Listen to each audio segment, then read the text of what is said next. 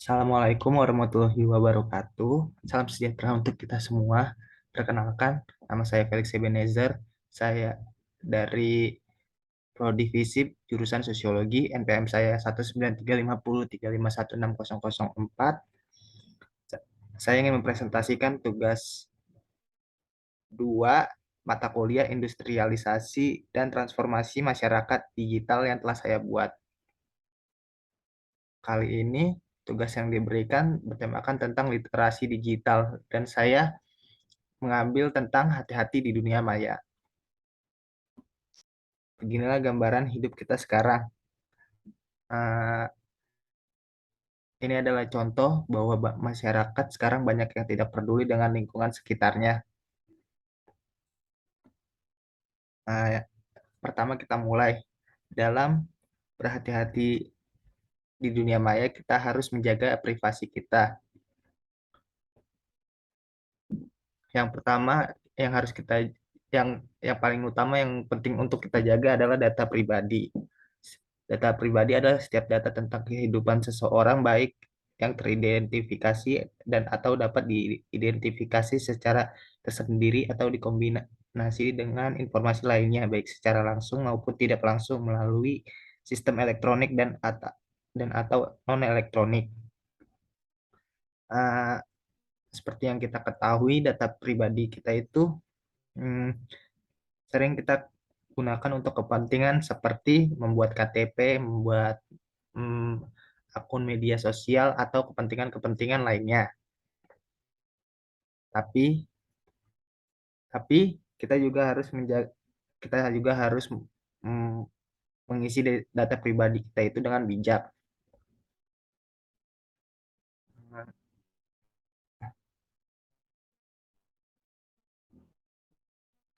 Karena data pribadi kita itu harus dilindungi. Kenapa data pribadi kita itu harus dilindungi? Karena data karena data kita itu karena data kita itu eh, sangat spesifik. Ada catatan hukum atas tindak pidana, ada rekam medis kesehatan, dan juga ada agama. Ya, dalam situasi dan kondisi tertentu, informasi tentang agama atau kepercayaan seseorang dapat mengakibatkan diskriminasi. Dan dalam personal datanya ada nama lengkap kita, ada di beberapa di beberapa eh, di beberapa lainnya ada juga yang harus mm, menertakan menyertakan media sosial kita, dan juga yang terutama menyertakan alamat rumah kita. Akibatnya kita kita tidak tahu tindak kejahatan atau kriminal apa yang akan berdampak pada kita jika kita tidak berhati-hati. Nah, privasi adalah hak individu untuk menentukan apakah data pribadi akan dikomunikasikan atau tidak kepada pihak lain. Siapa yang bisa melanggar privasi kita? Privasi adalah kesadaran. Seperti contoh berikut ini, kita seringkali sering seringkali mengisi data diri kita di berbagai tempat. Seperti contohnya, saya menertakan daftar hadir, bakti sosial, dan ada beberapa orang yang mengisi data pribadinya. Dan ini ada juga daftar peserta public expose di suatu perusahaan. Mereka juga menyertakan data pribadinya, tapi mereka menyertakan data pribadinya untuk eh, untuk hmm, kepentingan kepentingan, bukan untuk hal yang tidak tidak penting.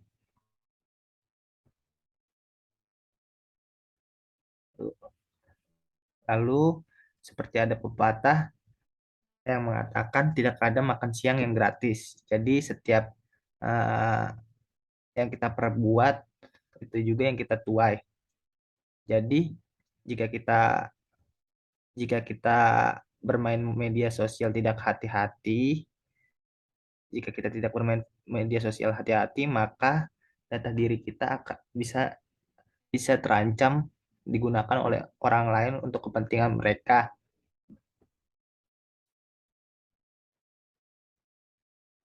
Nah, ini adalah contoh data pribadi yang kita gunakan.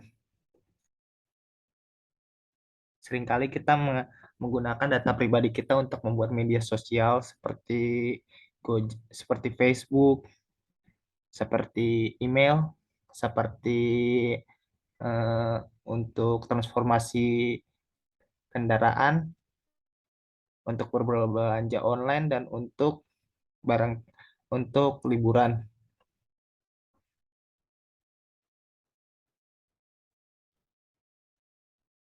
Nah, semua data yang telah kita semua data pribadi yang telah kita buat di media-media seperti yang saya contohkan tersebut biasanya terekam dan dianalisa oleh algoritma algoritma tertentu.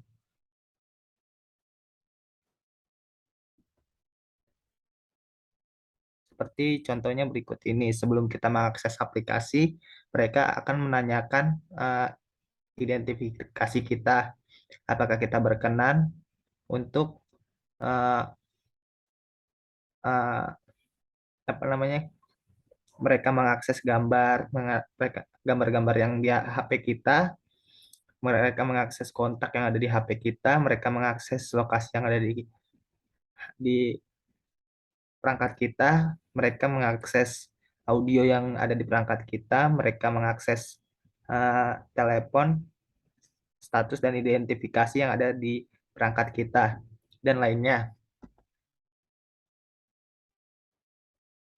Lalu bila kita bila kita melakukan pendaftaran data pribadi untuk kurang teliti, maka kita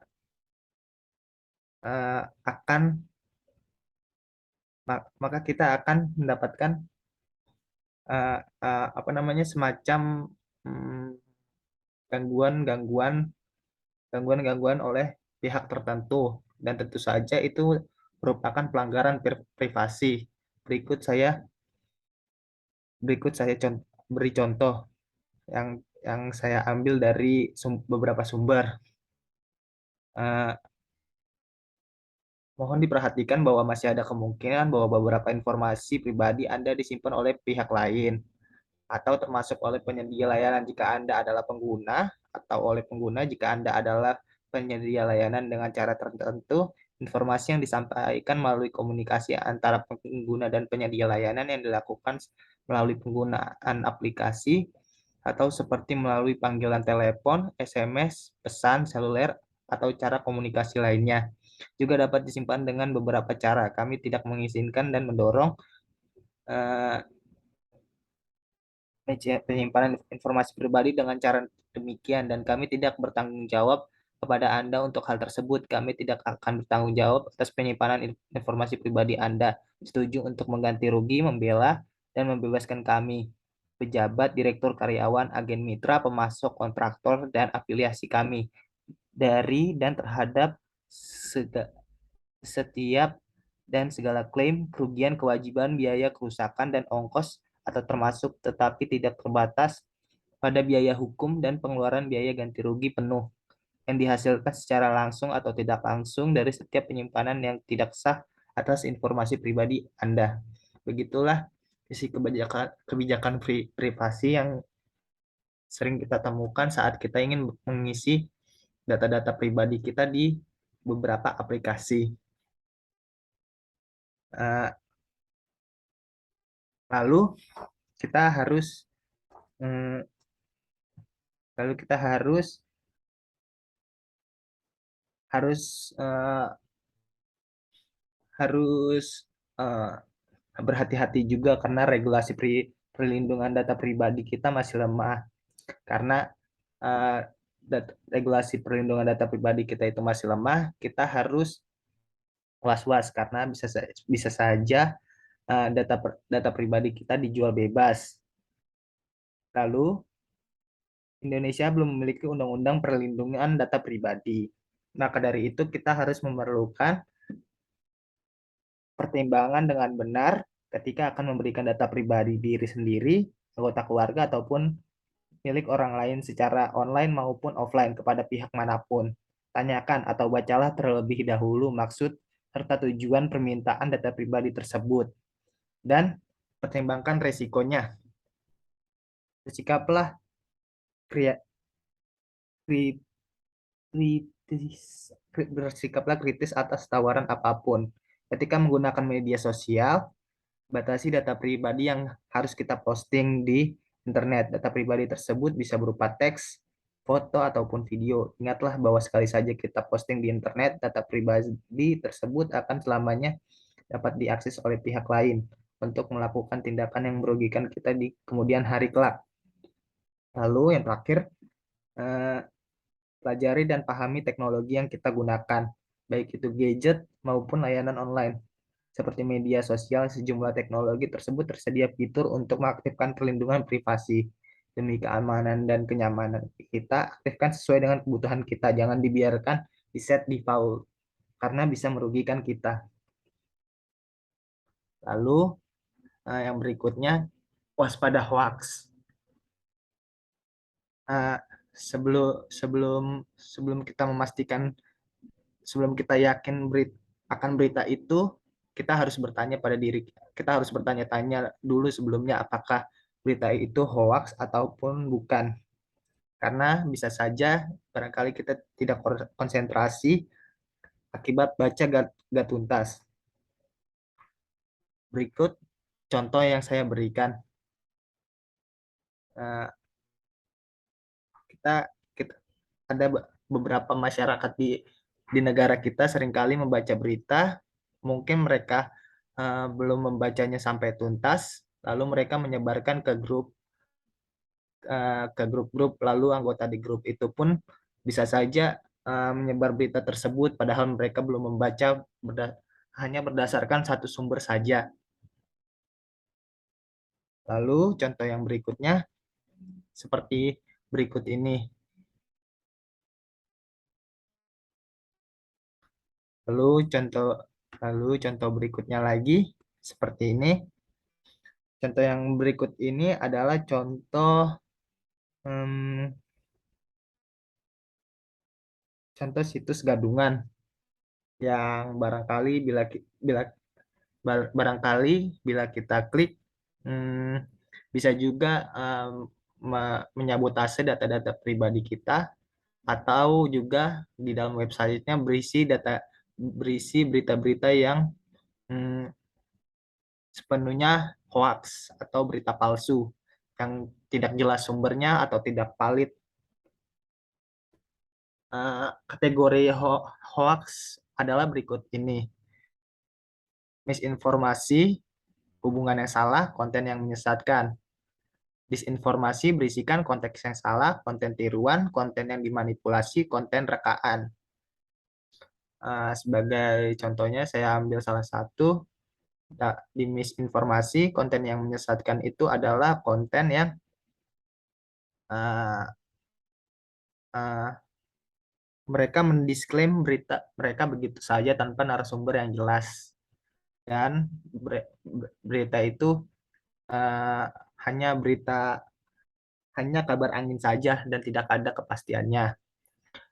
Lalu contoh disinformasi itu konteksnya, saya ambil salah satu contohnya konten tiruan. Uh, Konten tiruan itu adalah contohnya, uh, mereka mengambil berita bohong dari berita dari dari website, website yang menterterakan berita bohong, lalu mereka meniru juga berita bohong tersebut, sehingga banyak eh, masyarakat Indonesia seringkali menyebar berita-berita palsu yang telah ditiru oleh banyak eh, website, lalu dibagikan ke grup-grup WhatsApp atau Facebook atau lainnya, sehingga menimbulkan banyak kesalahpahaman di antara masyarakat. Lalu ada juga niat merugikan, malinformasi sebagai contohnya. yang berisikan sepenggal atau bocoran, sepenggal atau pelecehan, sepenggal atau ujaran kebencian. Sebagai contohnya, saya ambil contoh yang ujaran kebencian. Ujaran kebencian di sini seperti contohnya uja, eh, ujaran kebencian kebencian terhadap public figure. Kita seringkali menemukan komentar-komentar masyarakat terhadap public figure yang mereka tidak suka. Itu sama saja itu adalah itu adalah itu adalah ujaran kebencian. Sama mereka itu masuk ke kategori niat merugikan. Lalu berikutnya, ciri-ciri hoax adalah hoax biasanya diawali kata-kata sugestif dan heboh. Yang dimaksud di sini adalah sugesti atau heboh atau adalah uh, kalimat yang dilebih-lebihkan. Kalimat yang dilebih-lebihkan supaya pembacanya membacanya menarik saat melihat judulnya lalu penasaran dengan isi beritanya. Lalu yang kedua, isi hoax kerap mencatut nama-nama ilmuwan atau lembaga terkenal.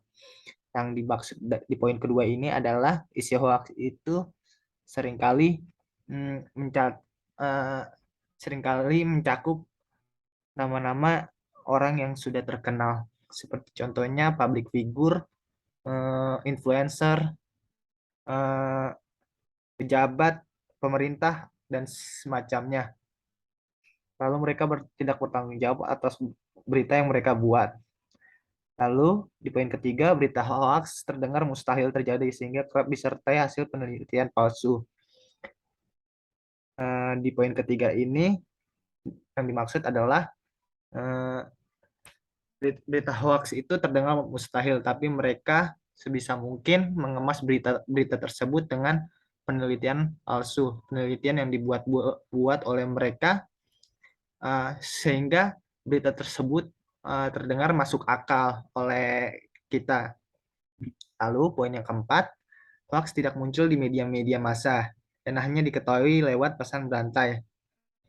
Yang dimaksud di sini adalah eh, hoax itu hoax itu seringkali kita temukan di seperti misalnya di grup-grup WhatsApp, lalu di Facebook, Instagram dan media sosial lainnya. Tapi yang dimaksud tapi hoax itu eh, jarang kita ketemukan di media massa seperti contohnya di koran. Karena koran itu kebanyakan koran sudah pasti menerbitkan berita yang sudah pasti valid dan jelas narasumbernya dan mereka pun bertanggung jawab akan berita yang mereka berikan. Lalu di poin yang kelima, kalimat hoax banyak ditulis dengan huruf kapital dan tanda seru. Yang dimaksud dalam poin kelima ini adalah kalimat hoax itu seringkali membuat clickbait atau judul-judul yang yang menarik dan tanda seru seolah-olah dalam beritanya supaya para pembaca pembaca penasaran akan beritanya karena seperti pada poin pertama mereka mengheboh-hebohkan tulisannya dan mensugestikan kata-kata kalimat-kalimatnya. Eh, yang dimaksud poin 1 dan 5 ini kurang lebih hampir sama. Seperti contoh berikut ini. Ini adalah eh, contoh berita yang valid karena di sini ada eh, lambang kepolisian dan juga di sini ada eh, website yang sudah jelas dan lumayan ternama. Lalu yang berikutnya adalah dampak hoax. Hoax bikin mati rezeki orang. Yang dimaksud di sini adalah hoax itu bisa menutup bisa menghambat rezeki orang lain karena melalui rezeki mereka eh, banyak orang-orang yang merasa dirugikan seperti contohnya eh, saya ambil contoh pedagang gorengan. Pedagang gorengan seringkali seringkali banyak di berita-berita kita temukan pedagang gorengan itu eh, tidak mengganti minyak gorengnya, eh, tidak tidak mengganti minyak gorengnya, hanya menggunakan minyak goreng itu saja untuk menggoreng gorengan-gorengannya. Padahal ada juga tukang gorengan yang bersih dan higienis dan mengutamakan eh, kesehatan para pelanggannya. Tidak semua. Jadi karena berita yang dibuat oleh para pihak yang tidak bertanggung jawab tersebut eh, berdampak pada tukang gorengan lainnya. Padahal tidak semua tukang gorengan begitu. Lalu dari hoax jadi perang. Yang dimaksud di sini adalah hmm, eh, hoax itu bisa berdampak mengadu domba pihak-pihak tertentu yang yang akhirnya menimbulkan kesalahpahaman lalu bisa berdampak perpecahan terhadap kelompok atau individu yang tentu saja merugikan mereka, bukan merugikan si penyebar hoax tersebut. Lalu yang eh, berikut adalah cara-cara mengenali dan cara eh, cara supaya kita eh, berikut adalah cara-cara mengenali hoax atau bukan, lalu cara menindaklanjuti berita hoax. Yang pertama, periksa alamat URL atau website apakah kredibel atau tidak. Alamat yang yang dimaksud tersebut adalah misalnya mdetik.com. Itu ada itu adalah contoh berita berita eh, website berita yang sudah pasti valid karena banyak berita-beritanya yang valid dan mereka bertanggung jawab atas beritanya.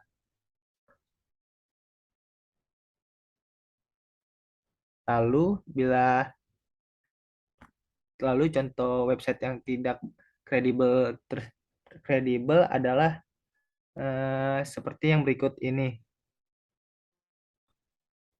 Ini seperti yang berikut ini. Ini belum tentu berita berita asli. Bisa bisa jadi palsu karena websitenya tidak banyak orang ketahui dan tidak pasti juga. Lalu poin yang kedua, periksa halaman tentang situs website yang menampilkan informasi tersebut. Jika website yang menampilkan berita tersebut mengandung seperti contoh-contoh yang tadi saya jelaskan, banyak huruf kapital atau tanda seru yang melebih-lebihkan beritanya, itu hmm, ada kemungkinan besar adalah website berita banyak berita hoaxnya. Lalu, poin ketiga, periksa apakah ada kalimat yang menyuruh pembaca untuk membagikan pesan tersebut.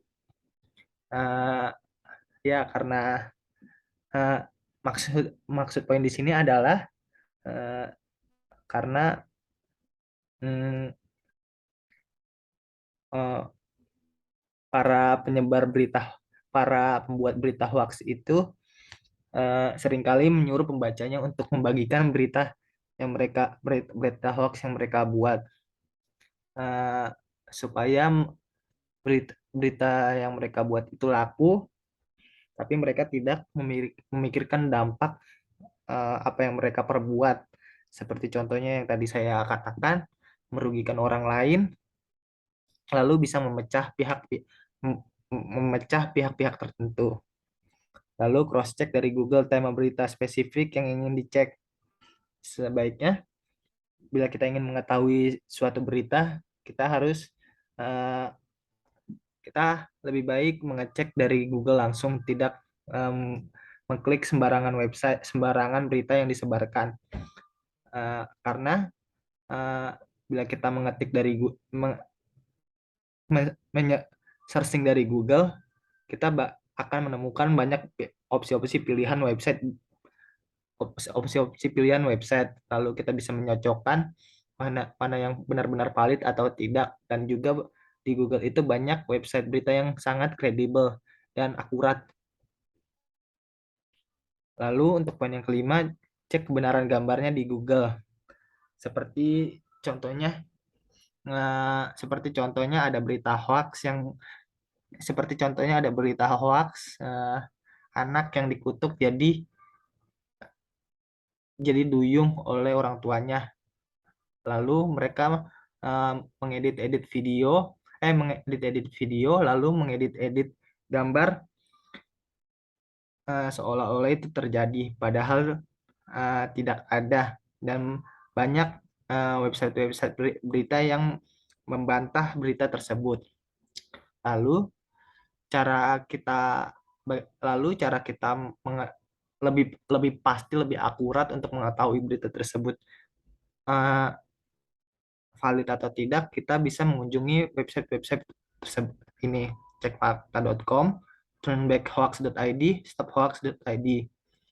Terus untuk pesan instan, Telegram Kominfo, chatbotan chatbot anti hoax, dan di WhatsApp Indo di 0855 7467 01. Lalu bila kita ingin melaporkan konten hoax ke website adukonten.id, atau di WhatsApp 0811 922 4545.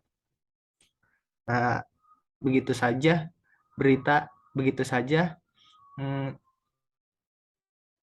eh, eh, presentasi tentang literasi digital yang bertemakan hati-hati di dunia maya yang saya presentasikan. Mohon maaf bila cara bicara saya dan tata bahasa saya banyak yang salah, dan juga apabila banyak kesalahan-kesalahan, yang banyak kata-kata yang salah yang saya salah sampaikan.